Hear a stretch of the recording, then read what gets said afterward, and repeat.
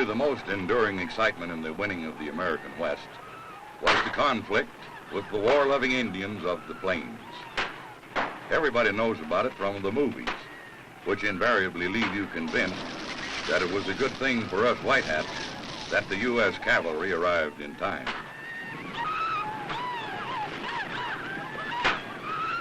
On the other hand, there are many authorities who will tell you that the Indians were miserably treated and that some of their defeats were sneak attacks, staged when the Indians were peaceably thinking about something else. Much has been said for both views, and Western historians being what they are, there's a good chance it will continue to be.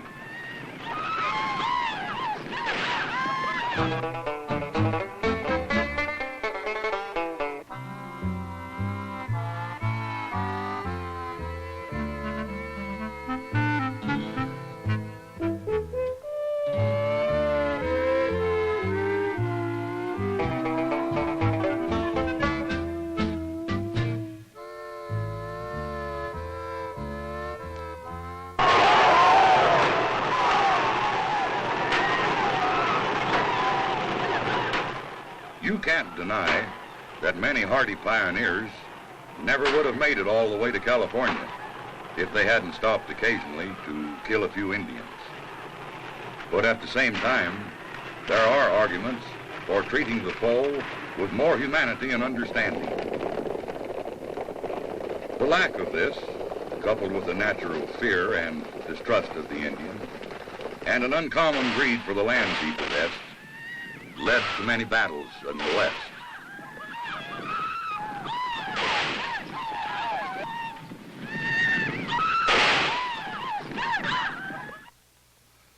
Nonetheless, it is true that the backward look is more discerning than the view of what lies ahead.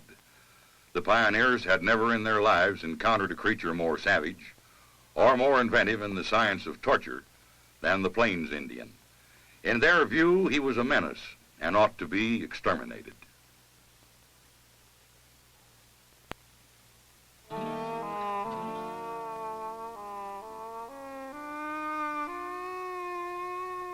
In the end, of course, the Indian lost. And of all the great changes that have marked the West, none has been more complete. The mighty warrior was defeated and dispossessed. The free spirit was broken and confined. If this had not happened in such a primitive time, before the American character developed the need to make restitution for victory, everything might have been different. As it is, we'll worry about it forever.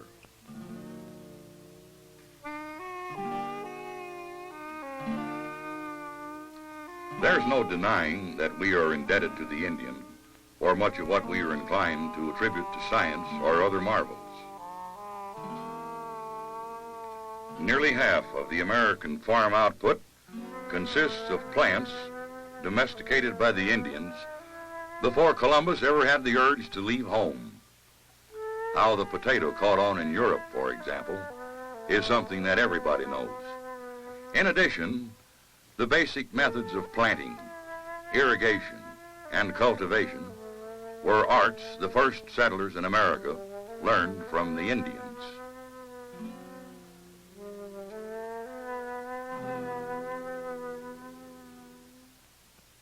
The Mayans in what is now northern Guatemala were superior to the ancient Egyptians and Babylonians in their knowledge of the planets. They knew the essential elements of modern arithmetic 5 centuries before the Hindus came on to the fundamentals of Arabic notation. They were masters of architecture and the arts, and determined the length of the tropical year 1,000 years before Pope Gregory got around to it. On the west coast of this country, the Pomo Indians invented a form of currency using clamshells and magnetite, and had a system of counting using a unit of 100 fours. The northwest coast tribes had copper coins, helmets, and body armor.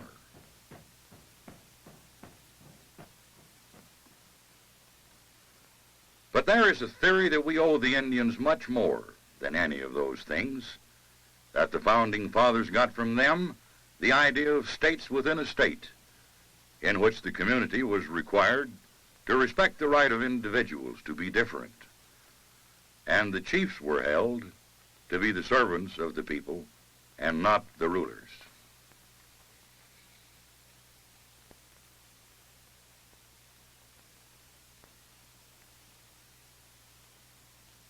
The 5 civilized nations, the Cherokee, Seminole, Creek, Choctaw, and Chickasaw, were remarkable for their amenable ways. And the famous Iroquois Confederacy, which included the Mohawks, Onondagas, Senecas, Oneidas, and Cayugas, is the group from which the Founding Fathers got some of the basic ideas of American democracy. In 1821, the great Sequoyah finished a written language for the Cherokees, and the year before that, they had a formal government with a code of laws and a paid legislature. In 1828, they had their own newspaper.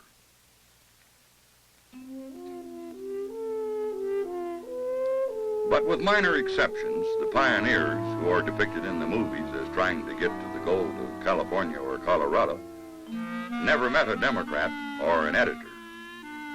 They did encounter a lot of scalp hunters, and the entire philosophy in the West of dealing with the Indians was based on their experience. The dispute with the Plains Indians over who could cross their hunting grounds started a long time before the Pilgrim Fathers landed on our eastern shores.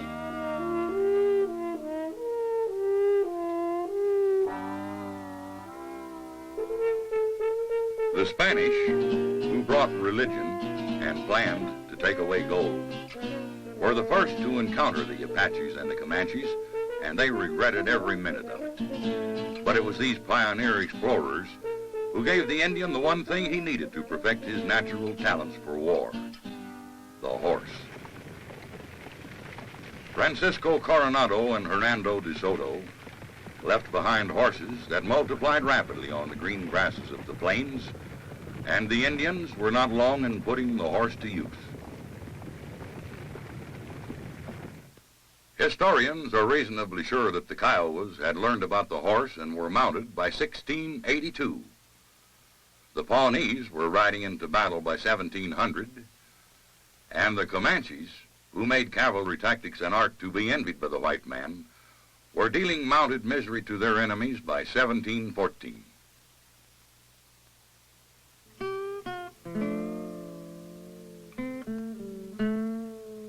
Back of nearly every conflict with the Plains Indians was a treaty, generally broken, that deprived the Indian of property or moved him to an area he didn't like. Add that to the settlers' fear, distrust, and gold fever, and the stage is set for what we have always called the Great Indian Wars. They were colorful and exciting, all right, but the biggest thing about them was the expanse of wild country they covered. The bloodiest of these conflicts all put together averaged only about 175 Indian casualties each. But it may be true, as they said back in the 1880s, that for each Indian killed, the total cost to the U.S. government was $1 million. Whatever the cost, it was high in money spent for troops, property lost, and human lives that can't be figured in dollars.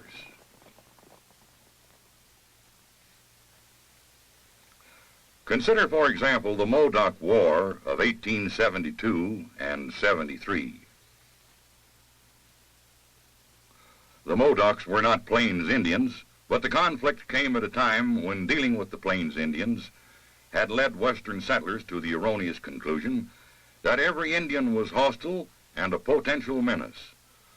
The Modocs lived in the extreme northern part of California and had a reputation for being peaceful if left alone. In October of 1864, a treaty was made with the Modocs, the Klamaths, and one tribe of the Snake Indians, by which they surrendered all their lands and accepted a reservation in Oregon. There was trouble from the first. The Klamath Indians made the Modocs' lives unbearable, so the Modocs were moved to another part of the reservation. However, the Klamaths continued to molest them, and the Indian agents selected another site. The Modocs looked at it, didn't like it, and discouraged by poor crops and everything else, said they were going back to their homes. On November 28, 1872, an officer commanding 40 troops and 10 civilians went to the Modoc camp and demanded all their arms. Their chief, a dignified old Modoc named Captain Jack, refused to give up the weapons or surrender anything else. Somebody fired a shot. The troops attacked, killed 8 or 9 Indians, and caused the others to flee to the hills. There followed a prolonged fight. For a while, the Modocs stood off all comers from their lava bed stronghold, but in the end they surrendered. When the casualties had been counted, the troops had lost 79 soldiers and civilians, while the Indians lost 10. The whole miserable affair cost more than $500,000, although the value of the little piece of land the Modocs wanted was probably about $10,000, and an Indian agency could have been added for perhaps $20,000. Beyond dispute, the Modoc War could have been prevented for about 1/20th of what it cost to fight.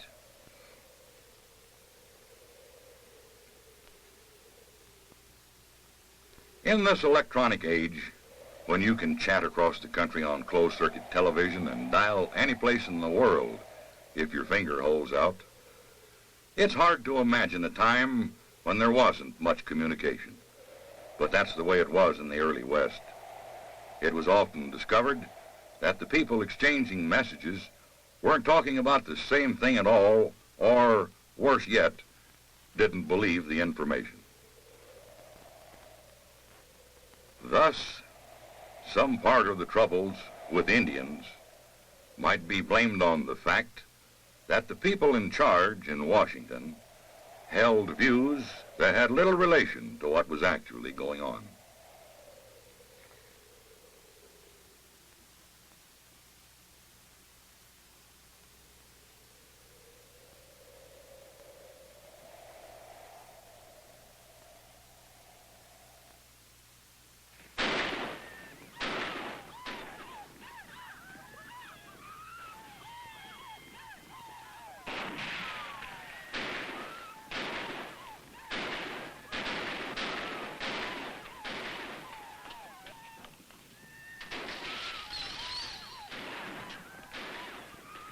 A reluctance to believe that the Sioux were capable of almost anything may have been one of the reasons that the trouble at Fort Phil Kearny is better known as the Fetterman Massacre.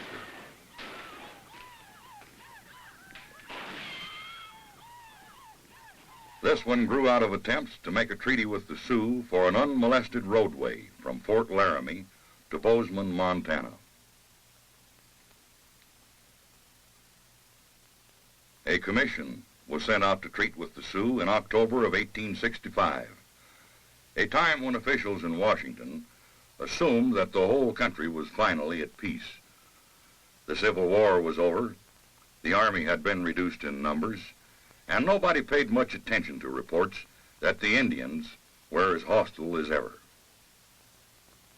So the commission made the treaty without becoming unduly alarmed over the fact that the leading chiefs, notably Red Cloud, were not among the signers.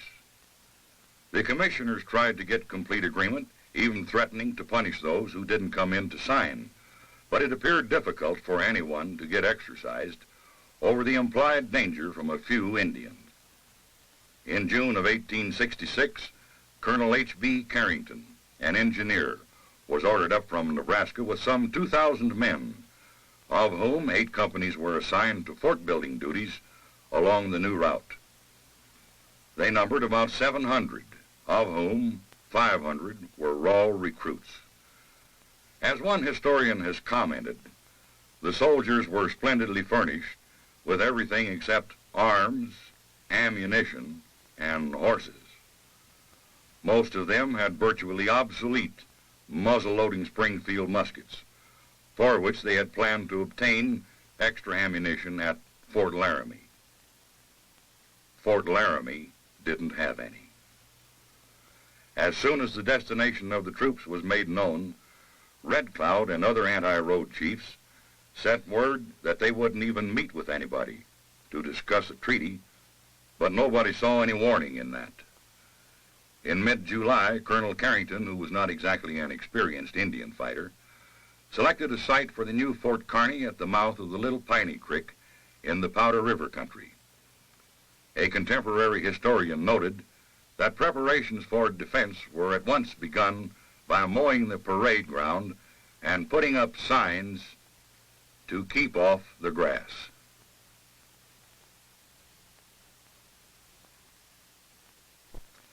Work began on the fort with detachments of men going daily to the timbered areas, cutting logs and hauling them back. Almost as quickly, the Indians began their harassment. Several soldiers and civilians were killed, and at the end of the month, Colonel Carrington telegraphed for reinforcements. Some attempts were made to fight the Indians. Lieutenant Colonel William J. Fetterman took a small group out to protect a timber party and had to stand off more than 100 Indians before he was rescued. But it was the following month that the roof fell in.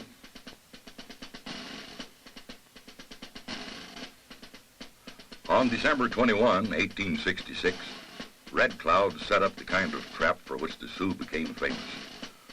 A workforce of some 90 men were sent to cut timber and discovered that they were surrounded by hundreds of Indians who had been patiently waiting for them to show up.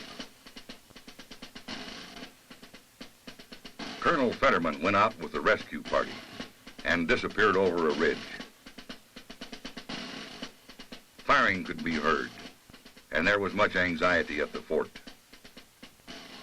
Another rescue party was sent out under Captain Tannick.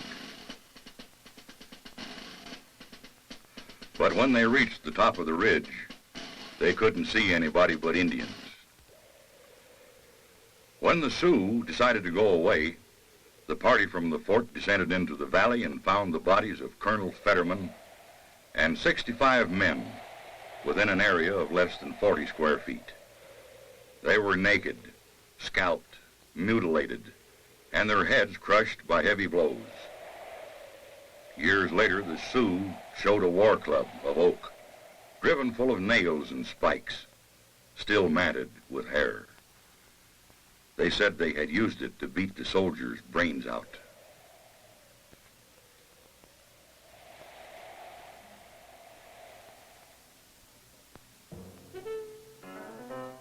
You have to admit, of course, that there were massacres on both sides. A famous one, known as the Sand Creek Massacre, took place in Colorado in 1864. Probably the most notable thing about this fight is the controversy that has raged among historians for the past 100 years. As a matter of fact, there are many who hold the view that the controversy is far worse than the original disaster. The principal point of argument has always been whether the troops under the command of the very colorful Colonel John M. Shivington, a Methodist preacher turned soldier, were justified in attacking the Indians in the first place. Another worry is that of some 140 Indians killed, only 60 could be classed as warriors. The rest were women and children and old Indians.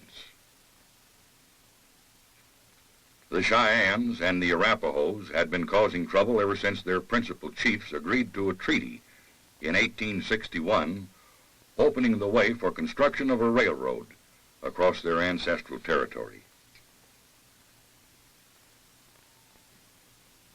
Their harassment of everybody within range had grown to such an extent by 1864 that Denver and other settlements were virtually isolated. The stage lines quit running. The freight wagons stopped. Flour was up to $40 a sack. And people were abandoning farms and ranches in fear of their lives. Needless to say, the general feeling was that the sooner the Indians were killed off, the better it would be for everybody else. The winter of 1864, when the Indians were not inclined to be as active as usual, seemed to be a likely time. Several lodges of Cheyennes under Black Kettle and some Arapahoes under Left Hand were camped on Sand Creek about 40 miles from Fort Lyon. Some officers at the time contended that the Indians were peaceful, although the other view was that they were just waiting for good weather. In any event, on November 29, 1864, Colonel Shivington and some 750 men attacked and destroyed the camp. The settlers thought he was a hero. Back in the eastern United States, people were inclined to be horrified. There were hearings, investigations, and official reports. And since then, at least 1 million words of disputing views have been added to the controversy. For all practical purposes, it is not settled yet.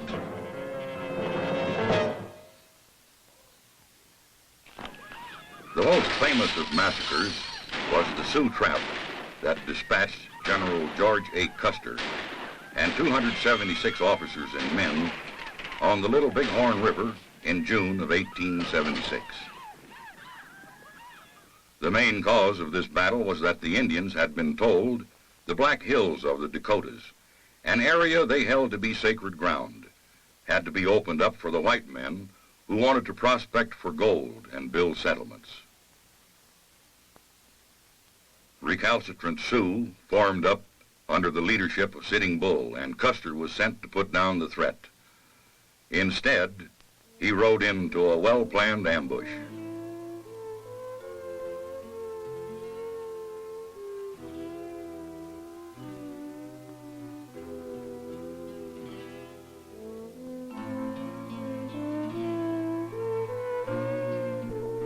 In the retaliatory campaigns that followed, the Sioux suffered defeat after defeat, and Sitting Bull finally fled to Grandmother Land, the Sioux name for Canada.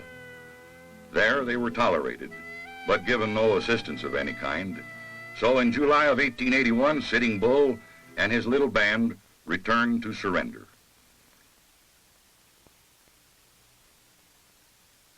He was sent to the Standing Rock Agency, where on December 15th, 1890, he was killed by an Indian policeman making arrests in the general alarm over the ghost dance movement.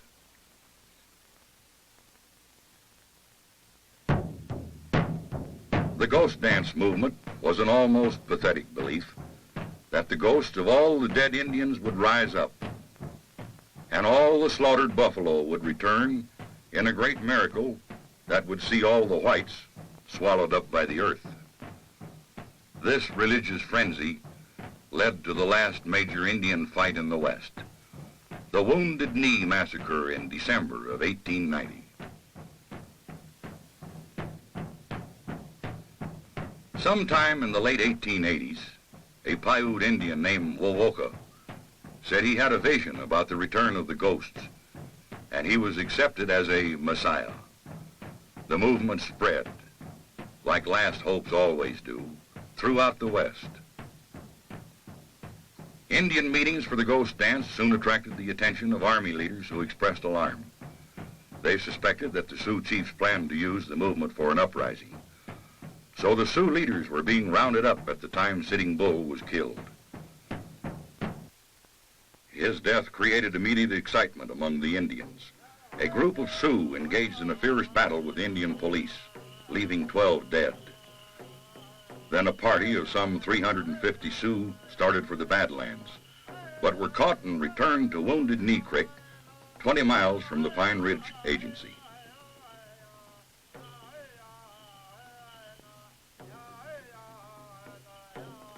About 450 soldiers, including 8 troops of 7th Cavalry, who still bitterly remembered the Little Bighorn, surrounded the camp and started to disarm the Indians. There was a struggle with one over possession of a rifle. The weapon went off, and then everything broke loose. In a matter of minutes, more than 200 warriors, women and children were killed, and 60 of the troopers lay dead.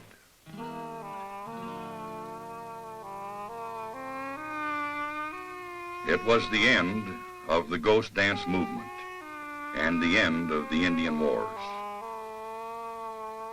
In a way, it shows you that nothing ever went right in dealing with the Indians.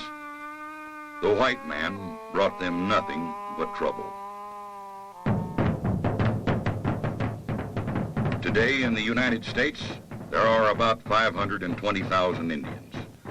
The experts who guess at such matters say this was just about the population when the white invader first arrived in this country and all the shooting started. Perhaps they have regained their numbers, but the glory is gone forever. Probably about half the Indians in the United States still live on reservations, and most of them are reluctant to leave. Federal programs are provided to relocate them elsewhere and find employment suited to their talents.